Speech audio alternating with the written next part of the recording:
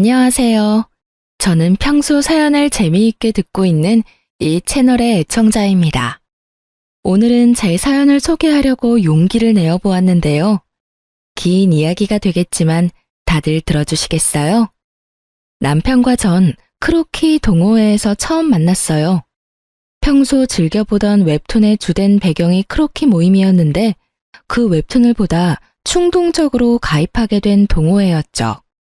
그렇게 충동적으로 가입하게 된 동호회에서 저는 남편을 만났고 그곳에서 저와 남편은 유일하게 동갑내기로 막내였던 터라 이런저런 일을 하다 보니 빠르게 친해졌어요.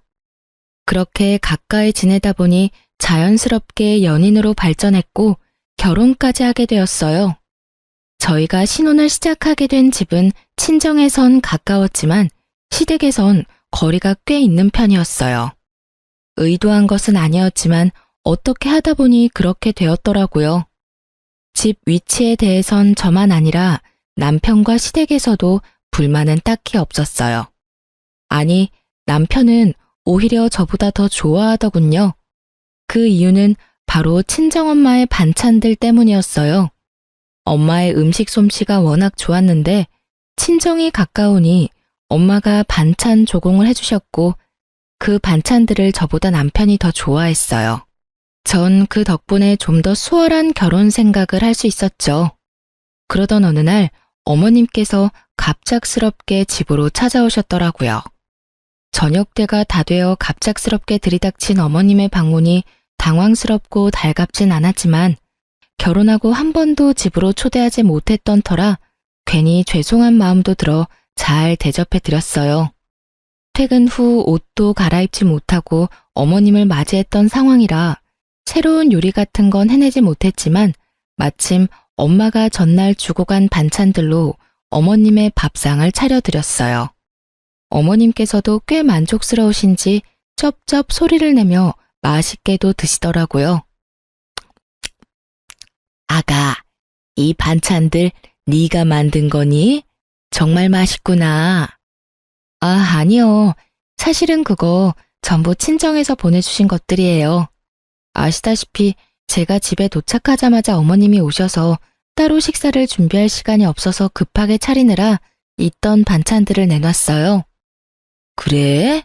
사돈 솜씨가 대단하시네. 간도 딱 맞고. 나물들도 어쩜 이렇게 아삭아삭하니? 혹시 남은 반찬들 좀 있니? 아, 김치는? 김치도 담가주셨어? 남은 반찬들하고 김치가 있긴 한데 더 드릴까요? 모자라세요? 아니, 모자란 게 아니라 좀 싸가려고 그랬는데 남아있다니 다행이다. 내가 갈 때 좀 싸주렴. 김치도 있는 대로 다 싸주고 아니다, 통째로 다 주려무나. 집에 가서 옮겨 담기도 귀찮아. 고맙다, 아가. 덕분에 며칠 먹거리는 잊었구나. 황당했어요. 대부분은 시댁이나 친정에서 음식을 얻어오거나 보내주시던데 어머님은 오히려 냉장고 구석에 있는 반찬과 김치까지 싹 다 쓸어 가시니 뭐라 할 말이 없더라고요. 그래도 맛없다고 핀잔을 준 것도 아니고 정말 입맛에 맞으셔서 다 싸가신 거니 그러려니 하고 넘기려고 했어요. 하지만 어머님은 기어코 저의 잠자던 코털을 건드리고야 마시더라고요. 어머님이 냉장고를 싹 비워가시고 난 후 며칠 흐른 어느 날 점심시간에 직원 식당에서 밥을 먹고 있는데 어머님께 전화가 오더라고요. 처음엔 평범한 안부로 시작된 통화 내용이 점점 본색을 드러내기 시작했어요. 그 본색이 참 가관이더군요. 아가, 내가 사실은 부탁이 있어서 전화했어. 네? 부탁이요? 어머님 무슨 일 있으세요? 말씀해 보세요. 그게 다름이 아니라 사돈께 반찬 좀 많이 해달라고 해서 나도 좀 보내주면 안 되겠니? 사돈 음식 먹다가 내가 한 거 먹으려니까 도저히 맛이 없어서 안 되겠더라고. 괜히 입맛만 높아져서 요즘 내가 밥을 잘 못 먹고 있어. 아, 그러니까 저희 엄마한테 반찬 좀 만들어 달라는 말씀이네요? 그래, 하는 김에 좀 많이 만들면 되잖니. 가져다 주거나 퀵으로 보내기가 정 그러면 내가 가지러 갈 수도 있으니 너 편한 대로 하렴. 헛웃음이 나더군요. 결혼한 지 2달도 채 되지 않은 시점에서 내가 이런 소리를 들으려고 결혼했나 싶더군요. 그까짓 반찬, 시댁과의 평화를 위해 좀 주면 어때? 라고 생각할 수도 있었겠지만 저는 전혀 그렇게 생각되지 않더군요. 처음엔 반찬으로 시작해 끝은 무엇으로 끝이 날지 누가 알겠어요. 그리고 다들 아시다시피 반찬 만드는 게 보통 힘든 일이 아니잖아요. 그런데 어쩜 이리도 뻔뻔하게 이런 말씀을 하실 수가 있는지 제 상식에선 이해가 되지 않더라고요. 그래서 전 조금은 냉정하게 들릴 수 있겠지만 단호하게 잘라내야겠다고 생각했어요. 어머님, 이건 어떻게 이동하느냐의 문제가 아니에요. 저도 저희 친정에서 반찬 그냥 받아오는 거 아니고요. 다만 얼마씩이라도 성의 표시는 하고 받아오고 있어요. 어머님도 알다시피 반찬 만드는 게 보통 일은 아니니까요. 제가 저희 엄마한테 부탁은 드려볼 건데 가능하다고 하시면 그냥은 안 되고요. 어머님도 일정 금액 주시면 돼요. 어머 얘, 그까지 반찬 몇 가지 가지고 치사하게 무슨 돈을 내놓으라고 그러니? 그냥 내가 해먹고 말지. 됐다 됐어. 저의 예상대로 어머님은 더럽고 치사하다고 하며 전화를 끊어버리더군요. 끊어진 전화기를 보며 이쯤 하면 다신 이런 이야기는 꺼내지 않겠지 하고 생각하는 찰나 어머님께 또 전화가 오더라고요. 예, 근데 얼마 주니? 네? 갑자기 그게 무슨 말이세요? 그러니까 사돈한테 반찬값으로 얼마 주느냐고. 딱 정해진 게 아니라서 얼마라고 말씀드리기가 애매하네요. 그냥 반찬집보단 덜 드리고 있어요. 그래? 그러면 그거 내가 해주마. 내가 일주일에 한 번씩 반찬 해놓을 테니 가지고 가렴. 난 사돈한테 주는 것보단 조금 덜 받을 테니 어때? 좋은 생각 같지 않니? 괜찮기는 전혀 괜찮지 않았어요. 남편이 친정엄마의 요리를 왜 잘 먹겠어요? 어머님은 요리를 정말 기가 막히게 못해도 너무 못한다는 것을 다 알고 있는데 제가 미쳤다고 돈까지 주고 그 맛없는 걸 받으러 시댁까지 가는 그런 헛짓을 할 리가 없었죠. 전 다시 한번 단호하게 말씀을 드렸습니다. 아니에요, 어머님. 남편도 친정엄마 음식 좋아해서 그냥 지금처럼 친정에서 받아 먹을게요. 그러면 저 일이 바빠서 이만 끊을게요. 죄송해요, 어머님. 전 단칼에 거절하고 전화를 끊어버렸고 그날 저녁 남편과 밥을 먹으며 어머님과 있었던 일을 말해주었어요. 그러자 남편은 허허 웃으며 이상한 해결책을 제시하더라고요. 아참, 여보, 오늘 어머님께 전화가 왔는데 우리 엄마한테 말해서 반찬을 좀 많이 해서 좀 나눠달라고 하시더라. 그래? 엄마가 생각해도 본인 음식보다 더 맛있었나 보네. 아, 진짜 우리 엄마는 요리를 못해도 너무 못해. 하여튼 그래서 뭐라고 했는데? 안 된다고 하지. 장모님도 힘드시잖아. 딱 잘라서 안 된다고 어떻게 그래. 그래서 우리도 수고비 드리면서 받아오는 거라고. 어머님도 정 드시고 싶으시면 수고비 부담하시라고 했지. 그러니까 치사하다 하시면서 전화 끊으시더라고. 잘했어.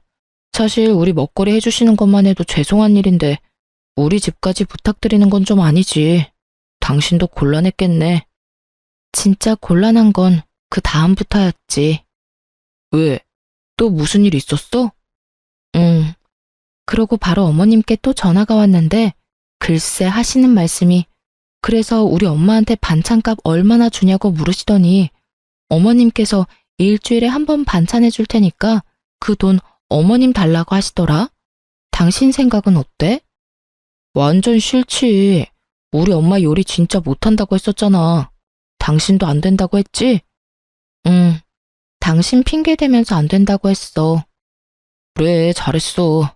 그나저나 엄마가 왜 그러시지? 그러게 나도 이해가 안 된더라니까 라며 맞장구를 치려는 순간 남편의 입에선 이해 못할 말들이 흘러나오더라고요. 아, 용돈이 부족하신가 본데? 맞지? 맞지? 용돈 좀 올려드려야겠어. 뭐? 여기서 갑자기 용돈 이야기가 왜 나와? 그렇잖아. 우리 엄마 요리에 취미 없으신 분인데 반찬까지 해준다는 건 뭐겠어? 돈이 필요하단 말이잖아. 그래서 용돈을 올려드린다고? 응, 장모님께도 용돈 받고 반찬값 더 드리고 있잖아. 그거랑 같아?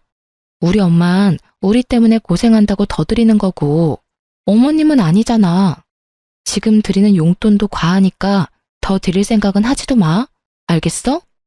남편은 제 말이 기분이 나빴는지 아무런 대답도 하지 않고 방으로 들어갔고, 반찬에서 시작된 사소한 문제는 예상치 못한 방향으로 흘러가기 시작했습니다.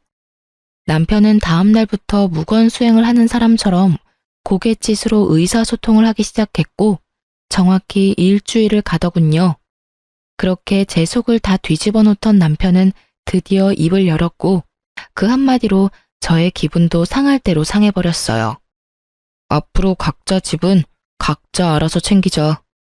일주일 만에 꺼낸 첫마디가 저러하니 저도 더는 남편을 어르고 달랠 마음이 싹 사라졌고, 그렇게 하자고 말하곤 함께 관리하던 모든 돈을 공평하게 나눠 가졌어요.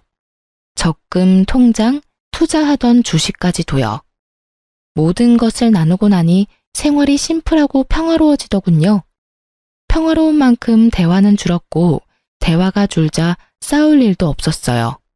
물론 애틋함, 다정함, 사랑 이런 것도 없었지만 남편에게 정이 떨어지고 나니 그런 생활도 괜찮다고 생각했는데 전혀 생각지 못한 일정이 다가오더군요. 그건 바로 명절이었습니다. 죽자고 싸운 것도 아니었고 남들이 보기엔 괜찮은 사이였기에 시댁을 안 갈 수도 없는 노릇이었어요. 그래도 아직은 결혼 생활을 하고 있으니 도리는 다하자는 마음에서 시댁으로 향했고, 전 그해 명절에 제가 사랑했던 남자가 얼마나 쪼잔한 놈인지 단번에 알 수 있었어요. 이런 일이 있기 전에는 시댁에 오면 작은 양의 설거지도 꼭 함께 해주던 남편이었는데, 시댁에 도착하자마자 어머님 방으로 들어가더니 콧배기도 보지 않더라고요. 왜 사람 마음이 그렇잖아요. 아무리 우리 사이가 요즘 좀 그렇더라도 내심 도와주러 나오겠지 하는 허튼 기대. 저도 그 기대라는 걸 하며 제사 음식을 준비했고, 그렇게 하다 보니 어느새 다 해버렸더라고요. 다 하고 나니 문득 남편 놈은 도대체 어머님 방에서 무얼 하길래 머리카락 하나 보이지 않나 싶어 어머님 방문을 살짝 열어보았더니, 글쎄 다 큰 놈이 심호 무릎을 베고 누워 부부 생활에 대해서 시시콜콜 어머님께 다 일러바치고 있더군요.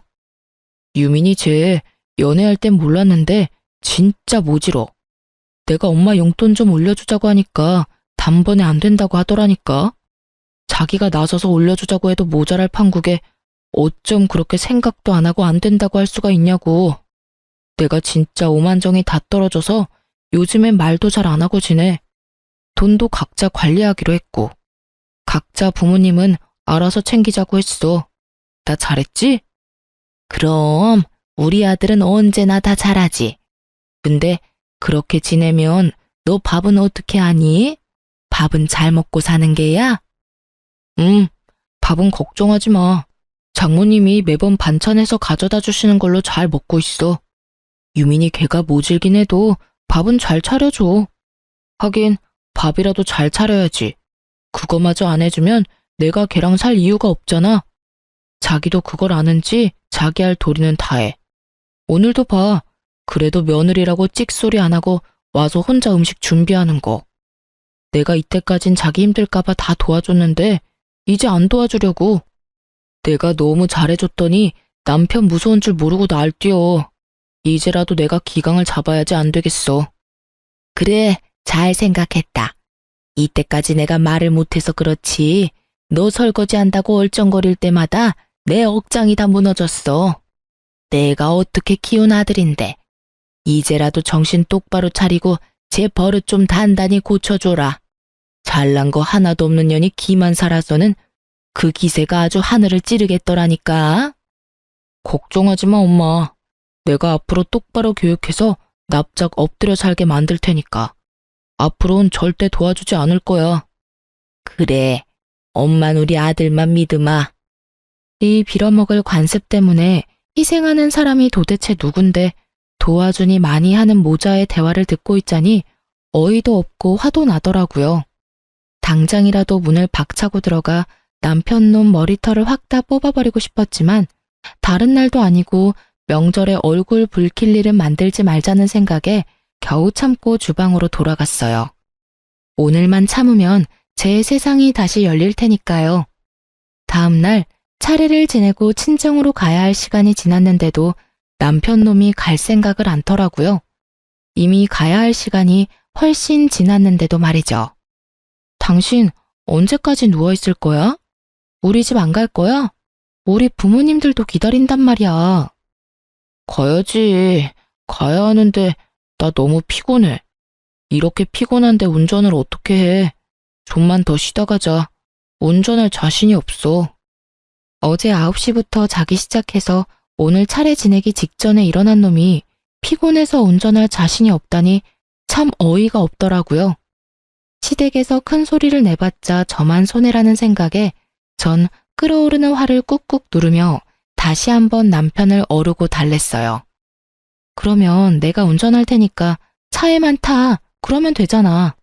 우리 엄마 아까부터 언제 오냐고 전화한다고. 얼른.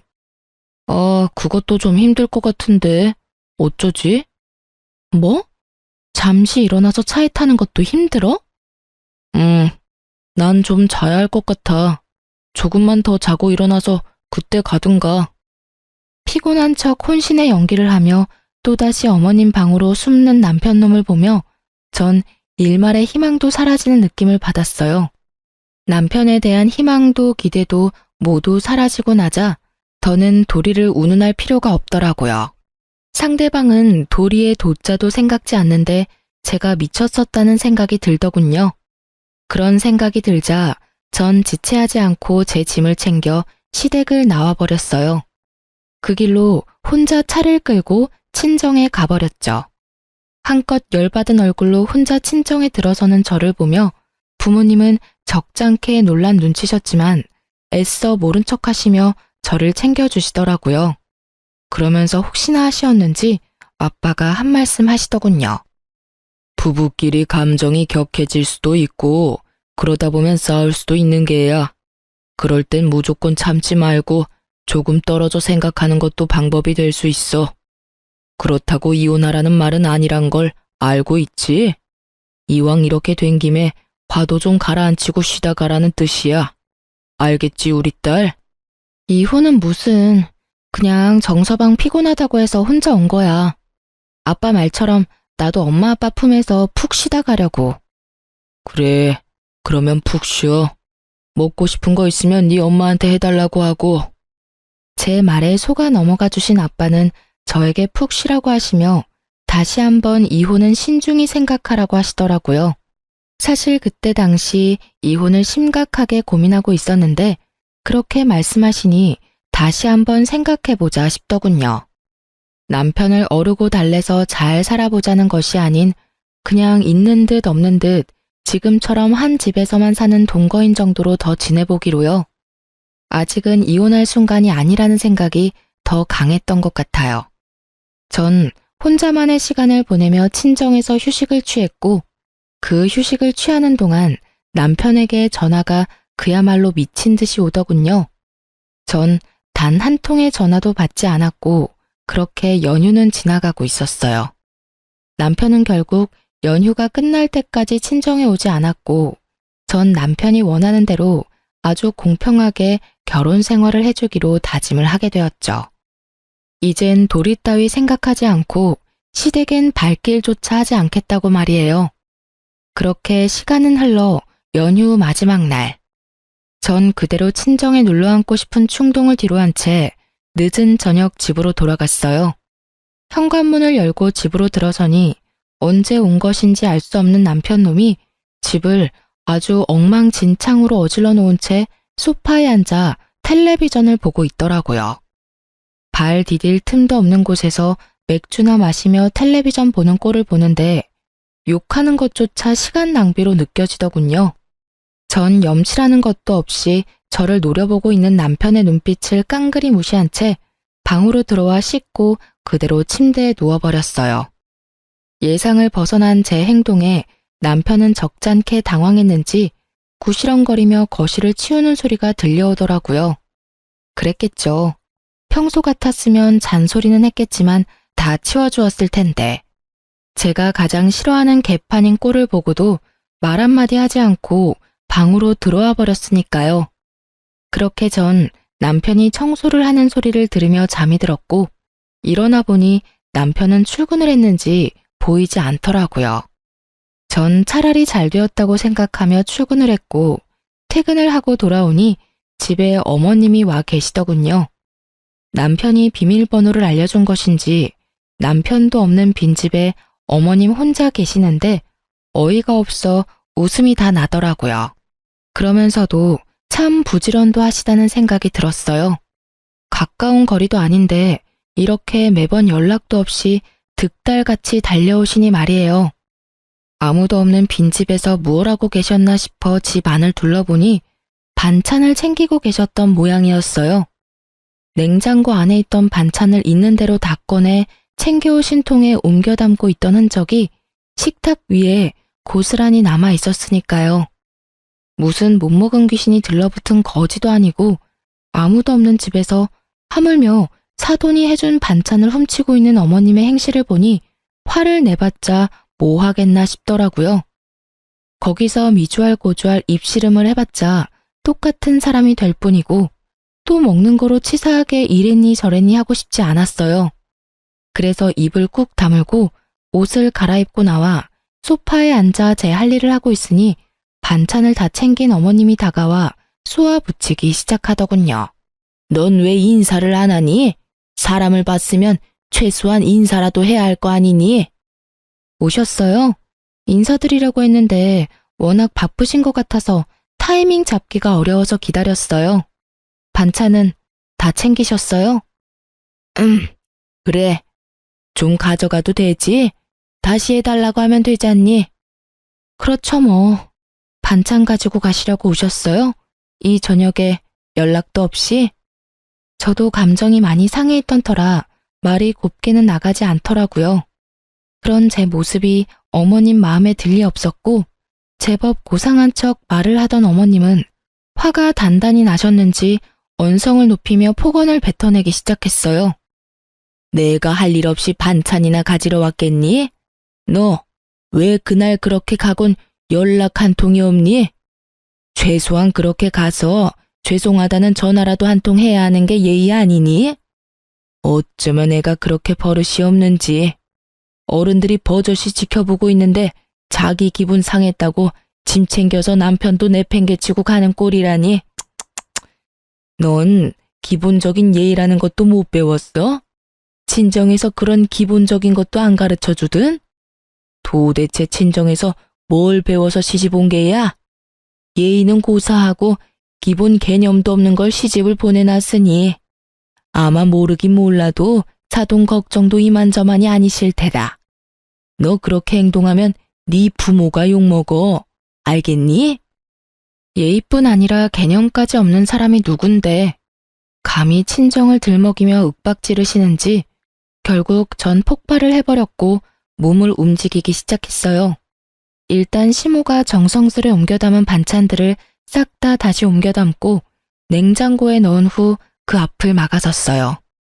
제 모습을 넋놓고 보고 있던 어머님은 저에게 다가가 노발대발하기 시작하더군요. 너 지금 뭐 하는 짓이야? 기껏 옮겨둔 걸 왜 다시 옮기는 게야? 그리고 지금 이 행동은 또 뭐니? 네가 냉장고 앞을 막고 서 있으면 내가 못 가지고 갈 것 같아? 네, 못 가지고 가세요. 방금 친정에서 뭘 배웠냐고 물으셨죠? 전 이렇게 배웠어요.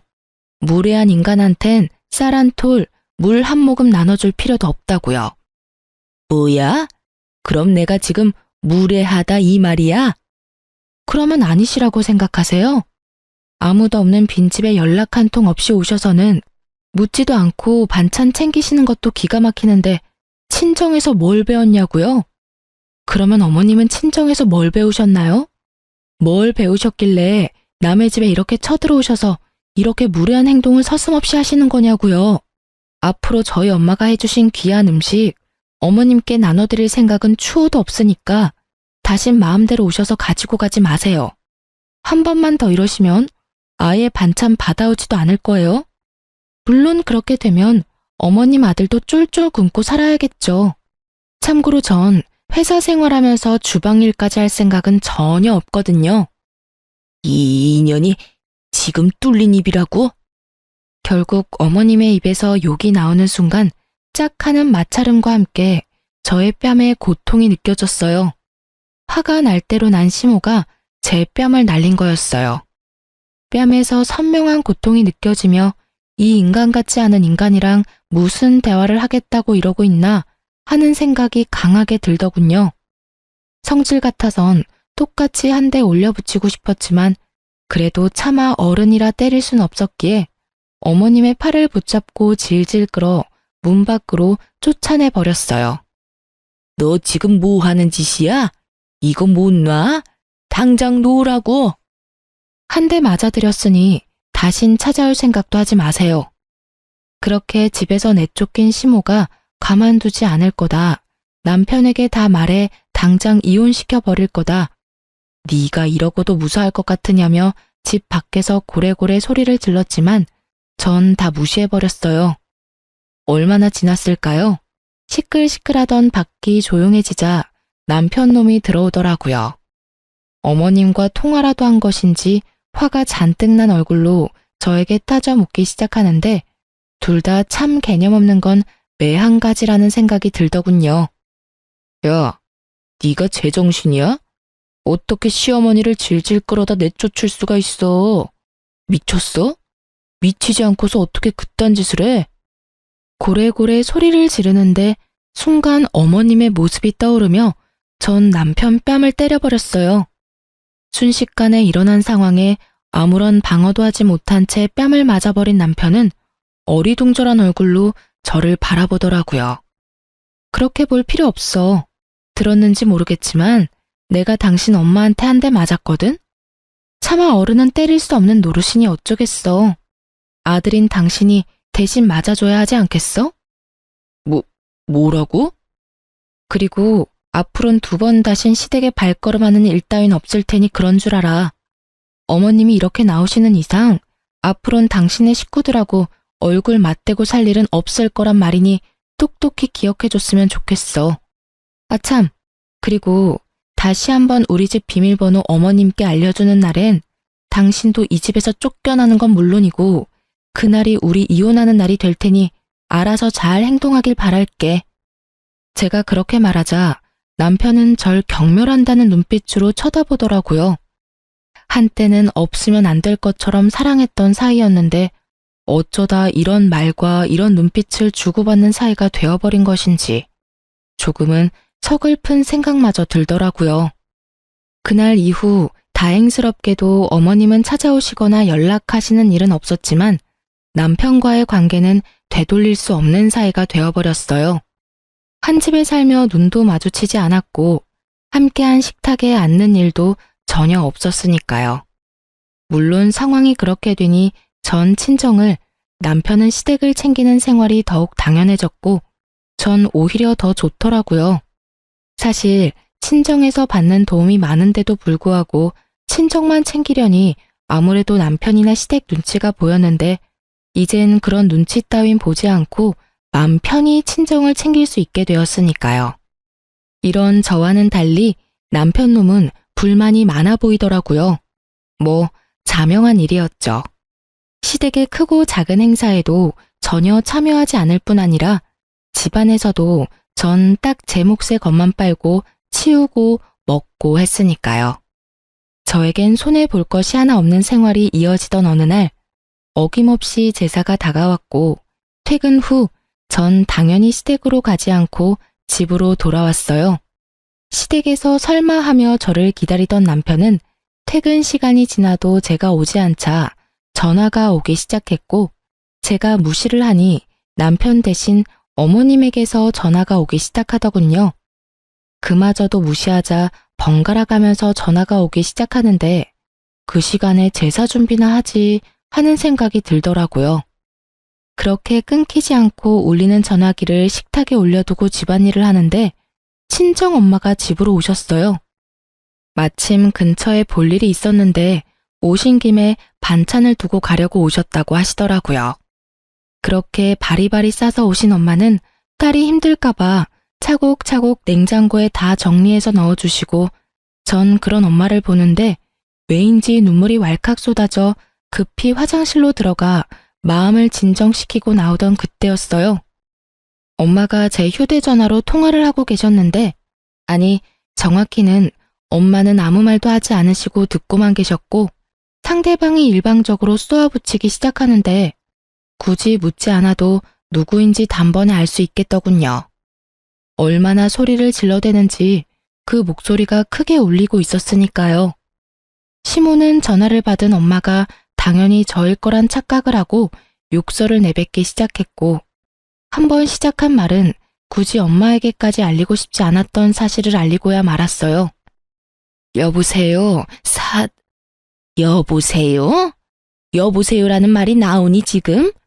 너 진짜 제정신이 아니구나. 어떻게 며느리가 돼서 한 집안의 제사를 무시할 수가 있어? 내가 이날 이때까지 살면서 너같이 되먹지 못한 년은 보지를 못했다. 도대체 넌 뭘 믿고 이렇게 막 나가는 게야? 그때 한 대 맞은 걸로는 정신을 못 차리겠든? 아예 그 머리털을 다 뽑아놔야 정신을 차릴 것이야. 내가 당장 가서 그 머리털 다 뽑아놓기 전에 얼른 와서 제사 준비해.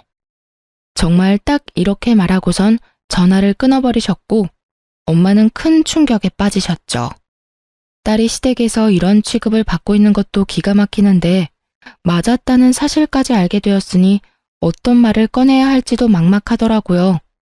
일단 휴대전화부터 되찾아야겠다는 마음에 엄마에게 다가서는 찰나 아직 엄마 손에 있던 제 휴대전화에서 문자 알림음이 울렸고 엄마는 전화기를 빼앗으려는 제 손을 피해 그 문자를 확인하시고야 마셨죠.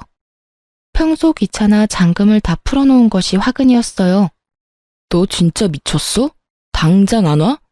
아무리 요즘 우리가 남보다 못한 사이라고 해도 제삿날엔 도리는 다 해야 할 것 아니야. 지금이라도 늦지 않았어. 당장 기어와서 잘못했다고 싹싹 빌고 제사 준비해. 머리 조아리고 일이나 하란 말이야. 알겠어? 당장 와. 당장. 엄마의 분노에 기름을 들이붓는 문자에 제가 아무 말도 하지 못하고 우물쭈물하며 엄마 눈치를 살피고 있자 엄마는 저를 꼭 안아주시며 이렇게 말씀하셨습니다. 너 이혼해. 그렇게 말씀하시는 엄마의 몸이 떨리고 있더군요. 저는 이 떨림을 누구보다 잘 알고 있었어요. 엄마가 진짜 화가 나셨을 때의 떨림. 치를 떤다고들 하시죠? 딱 그 떨림이었어요. 네가 이때껏 이런 취급을 받으면서 왜 참고만 있었는지 엄마가 잘 알아. 아빠 때문이지? 아빠가 워낙 이혼 이런 거에 예민하잖아. 요즘 아빠 몸도 안 좋은데 나까지 보태기 싫었어. 이 미련한 거사. 그렇다고 이걸 다 참고 있어? 너 이렇게 사는 거 알면 아빠 더 속상해. 엄마랑 아빠가 옛날 사람이라 이혼에 부정적인 건 맞지만 그렇다고 해서 이런 대우 받으면서 참고 살라는 말은 아니야. 그러니까 이혼해 당장. 아빠한테는 엄마가 알아서 말할 테니 걱정하지 말고. 알겠어. 그렇지 않아도 이혼하려고 생각은 하고 있었어. 그래, 그건 그렇고 이 새끼는 언제 집에 오니? 오면 그 면상 좀 보고 가야겠어. 내가 이때껏 해먹인 밥이 얼만데 감히 지까지 게 너한테 이따위 말을 해? 와서 일이나 하라고? 진짜 미친 게 누군데 누구한테 미쳤다고 하는 거야? 엄마, 진정해. 나한테 다 생각이 있으니까. 제발 나 믿고 오늘은 그냥 돌아가줘. 내가 정 안 되겠다 싶으면 엄마한테 말할 테니까. 제발, 응? 더는 엄마에게 못 볼 꼴을 보이고 싶지 않아 혼신의 힘을 다해 엄마를 설득했고 엄마는 저의 간절한 부탁에 겨우 진정하시고 집으로 돌아가셨어요. 그렇게 혼자가 된 저는 남편에게 온 문자를 읽고 또 읽었어요. 그렇게 뇌리에도 그 문자가 박힐 때쯤 남편과 어머님이 집으로 들어오시더군요.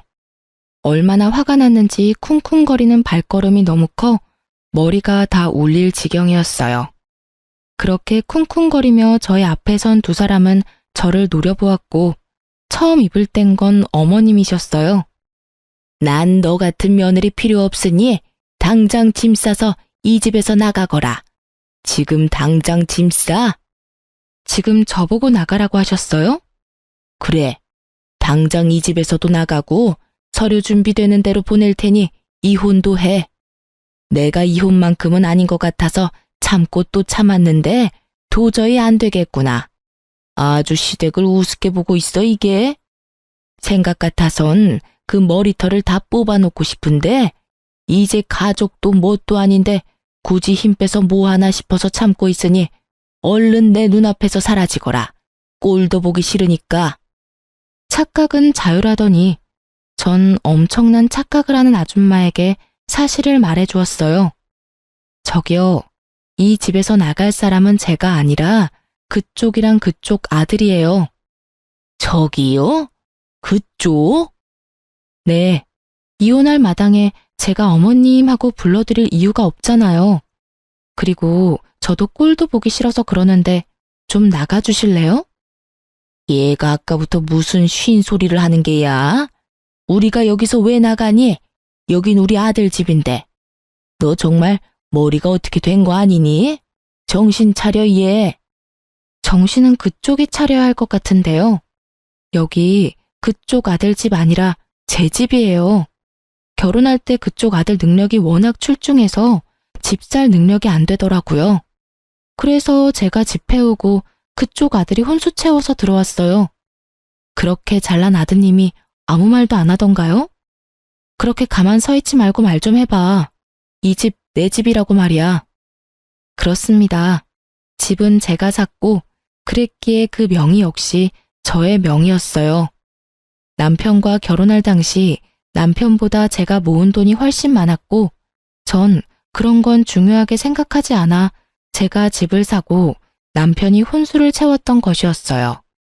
물론 대출금이 있었던 터라 남편과 함께 갚으며 대출금을 반틈 이상을 갚게 되면 공동 명의로 바꾸기로 했었는데 남편 놈은 딱 2달 대출을 함께 갚고 돈 관리를 알아서 했으니 집에 대한 어떤 권한도 없었죠.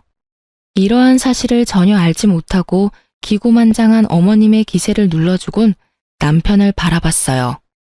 방금 전까진 저를 가만두지 않겠다는 기세로 보던 눈빛도 많이 유해졌더라고요. 분위기가 심상치 않음을 느꼈던 거겠죠. 그게 엄마, 이 집 저 사람 명의야.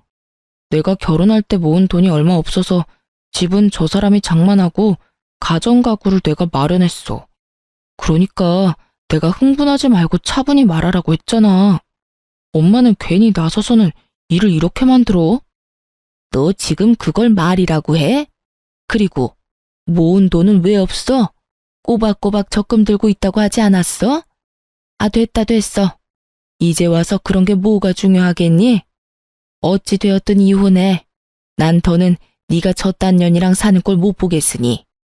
어머님은 본격적으로 이혼을 강요하기 시작했고 남편은 아무 말도 하지 못한 채 가만히 있더라고요. 두 사람이 그러든가 말든가 전 준비한 이혼 서류를 내밀며 말했어요. 어머님이 이렇게 간절히 바라시는데 우리 이혼하자. 뭐? 당신 진심이야? 뭘 그렇게까지 놀라. 어느 정도 예상했었잖아. 사실 우리가 같이 살기만 했지 부부 아닌 사이가 된 건 꽤 오래됐잖아. 나도 지쳤고 너도 힘들 테고 그냥 우리 이혼하자. 그래, 하자 이혼. 이혼할 테니까 지금 살고 있는 집 처분해서 반틈은 나 줘. 나도 대출금 갚았으니까 그 정도 재산 분할은 해줘야지. 딱 2달 갚은 것이 기억도 나지 않는 것인지 분할을 운운하는 놈을 보고 있자니 웃음이 나더군요. 그 뻔뻔함에 이 상황에 웃음이 다 난다. 대단하다 대단해. 네가 혹시나 이렇게 나올까봐 내가 좀 알아봤는데 고작 2달 대출금 함께 갚았다고 해서 재산을 분할해줄 필요가 없다고 하더라고. 오히려 네가 나한테 위자료라는 걸 줘야 한다고 하던데? 내가 왜 위자료를 내놔야 해? 내가 뭘 잘못했다고? 잘 생각해봐. 나한테 잘못한 게 한둘이 아닐 텐데. 잘 생각해도 내가 잘못한 게 전혀 없는데? 뭐, 우리 엄마가 시집살이 시킨 거? 그 정도는 기본 아니야? 다들 그 정도 시집살이는 다 하고 살아. 그리고 증거 있어? 우리 엄마가 너 괴롭혔다는 증거가 있냐고. 증거? 증거 충분하지. 네가 나한테 욕한 것도 문자로 고스란히 남아있고 네 엄마가 나한테 막말한 통화도 다 녹음돼 있어. 우리가 참 편리한 세상에서 살고 있어서 자동 녹음이라는 게 되거든. 이것저것 증거가 나한텐 참 많은데 그중 최고의 증거가 여기 있지. 딱 제가 예상했던 대로 남편 놈은 노발대발하며 저에게 따져 묻기 시작했고 전 꽤 오래 준비했던 사진들을 남편에게 던져주었어요. 남편과 어머님은 바닥에 흩날리는 사진들을 보며 입을 다물었고 전 그런 두 사람을 바라보며 말했어요. 할 말이 없지? 그래, 너도 사람이면 할 말이 없어야지. 너 꼴에 바람도 피우고 있더라? 네, 맞아요. 이놈이 저 몰래 바람까지 피우고 있었어요. 전 이 사실을 진작 알고 있었어요. 남편 놈은 저희가 처음 만났던 크로키 동호회에 계속 나가고 있었는데 간도 크게 거기에서 바람을 피우고 있더라고요. 당연히 그 동호회엔 저와 친한 사람들도 있었기에 남편의 외도 소식은 제 귀에도 들려왔고 제가 믿지 않자 사진까지 보내주어서 모든 사실을 알게 되었죠. 결과적으론 그 사진들이 증거로 쓰이게 되었고요. 처음 그 사실을 안 게 저희가 본격적으로 말을 하지 않고 있을 때였어요. 정말 배신감에 치가 다 떨리더군요. 당장이라도 이혼을 하고 싶었지만 중간에 나왔듯이 부모님께서 받으실 충격이 걱정돼 미련스럽게 참아왔던 것이었어요. 그리고 차이가 이렇게까지 되기 전에는 내가 노력하면 남편이 다시 돌아오지 않을까 하는 기대가 있기도 했고요. 얼마나 헛된 기대였는지 지금 생각하면 제 자신이 참 한심하고 바보 같지만 그땐 그게 최선이라고 생각했어요. 하여튼 친정 엄마까지 이혼을 허락하고 권해주었으니 저에겐 더는 망설일 이유가 없었고 오랫동안 간직했던 이혼 서류를 꺼내게 된 것이었죠. 아무 말도 하지 않고 있던 남편은 머릿속에 계산을 끝낸 듯 무릎을 꿇고 빌기 시작하더군요. 여보, 나 당신이 바라는 대로 이혼할게. 당신이 아무것도 안 줘도 이혼할게. 그리고 위자료도 줄 테니까 상간녀 소송만은 하지 말아줘. 제발 부탁이야. 아, 이 와중에 상간녀 소송할까봐 걱정이 되나 봐? 왜? 그 상간녀가 피해보는 건 싫어? 내 인생은 이따위로 만들어 놓고? 너 진짜 뻔뻔하다. 나한테 그런 부탁이 하고 싶어? 그게 아니라 말 못할 이유가 있어서 그래. 상황 파악이 안 되지? 없는 이유를 만들어서라도 날 설득해도 모자랄 판국에 말 못할 이유를 들먹이며 그런 부탁을 한다고? 너 진짜 내가 우습구나? 이 와중에도 상간녀부터 챙기나 싶어 기가 막히는 그 순간 남편의 입에선 더욱 기가 막히는 말들이 흘러나오더군요. 내가 이렇게 부탁할게. 사실은 이 여자 우리 부장님 와이프야. 우연히 동호회에서 만났는데 서로 하소연하다 보니 이렇게까지 돼버렸어. 당신한테 입이 10개라도 할 말이 없고 내가 다 잘못했어. 내가 이렇게 빌 테니까 제발 상간녀 소송은 안 하면 안 될까? 갑자기 태세를 바꾼다 싶더니 다 이유가 있더군요. 다른 사람도 아닌 직장 상사의 아내라니. 간이 크다 했더니 정말 강 큰 짓은 따로 하고 있었더라고요. 참 기가 막힌다 진짜. 일단 생각 좀 해볼 테니까 짐부터 싸서 나가. 한시라도 너 같은 인간이랑 한 공간에 있고 싶지도 않으니까. 가는 길에 네 옆에 정신 빼고 서 있는 네 엄마도 모시고 가. 저의 단호한 태도에 남편과 어머님은 한 발 물러서 집을 나가주었고 전 다시 혼자가 된 집에서 이혼을 진행했어요. 이유가 어찌되었든 간에 저는 남편 뜻대로 해줄 생각은 전혀 없었어요. 전 이혼과 함께 상간녀 소송도 진행했고, 전 위자료를 두둑히 받고 이혼을 할 수 있었습니다. 이혼 소식과 함께 이혼 사유가 전 남편 회사에 소문나는 것은 시간 문제였어요. 쉬쉬한다고 그런 사실이 어디 숨겨지던가요? 수군거리기 딱 좋은 가십거리는 어떤 말보다 빠르게 퍼져나갔죠.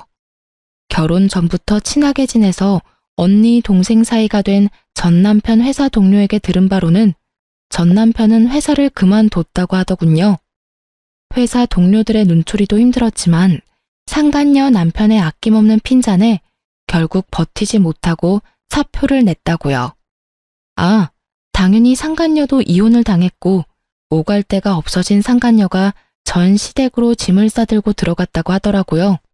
하지만 오래 버티진 못했다고 했어요.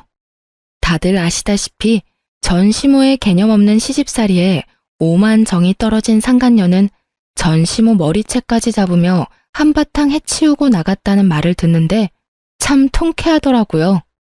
그렇게 머리채를 잡고 싶어 하더니 결국 새 며느리한테 머리채를 잡혔잖아요.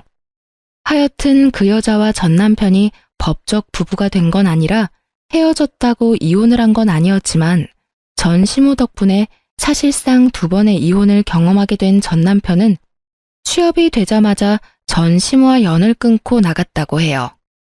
그러면서 하는 말이 저를 더 통쾌하게 하더군요. 근데 언니도 알지? 이 바닥 좁은 거. 거기에다 부장님이 눈에 불을 켜고 지켜보고 있는데 새로운 회사 간다고 한들 오래 버틸 수나 있겠어? 이미 소문 쫙 나서 오래 버티긴 힘들 거야. 아마 제대로 된 직장 생활 하려면 아예 업종을 바꿔야 할 텐데 그게 쉽진 않을 거야. 그렇게 언니 맘고생 시키더니 벌 받은 거지 뭐. 이 소식을 마지막으로 전 남편의 소식은 더는 들을 수 없었어요. 저도 더는 전 남편 소식을 전하지 않아도 된다고 하기도 했고 그 동생도 더는 전 남편의 소식이 들리지 않는다고 하더라고요. 그렇게 1년 조금 넘은 결혼 생활이 끝이 났네요. 전 여전히 회사 생활을 잘하며 잘 지내고 있어요. 결혼 생활이 짧았던 것에 비해 워낙 끔찍했던 터라 이제 제 인생에 남자는 없다고 생각했었는데 시간이 흐르니 그 생각도 달라지더라고요. 현재 전 1년 넘게 만난 남자친구가 있어요. 지금 만나는 남자친구는 직장 동료인데요. 저의 이혼 사실을 알고도 저를 오래 기다려준 덕분에 만남을 시작하게 되었어요. 결혼을 전제로 진지하게 만남을 가지고 있긴 하지만 이 만남이 정말 결혼으로 이어질지 연애에서 끝이 날지는 아무도 모르는 일이겠죠? 결과가 어떻게 되든 전 앞으로 어떠한 이유가 있더라도 참으면 안 될 일에 참고 살진 않기로 결정했고 저를 좀 더 사랑해주며 살아가려고요. 제 인생에서 가장 중요한 것은 저이니까요. 이로써 저의 사연은 끝이 났네요.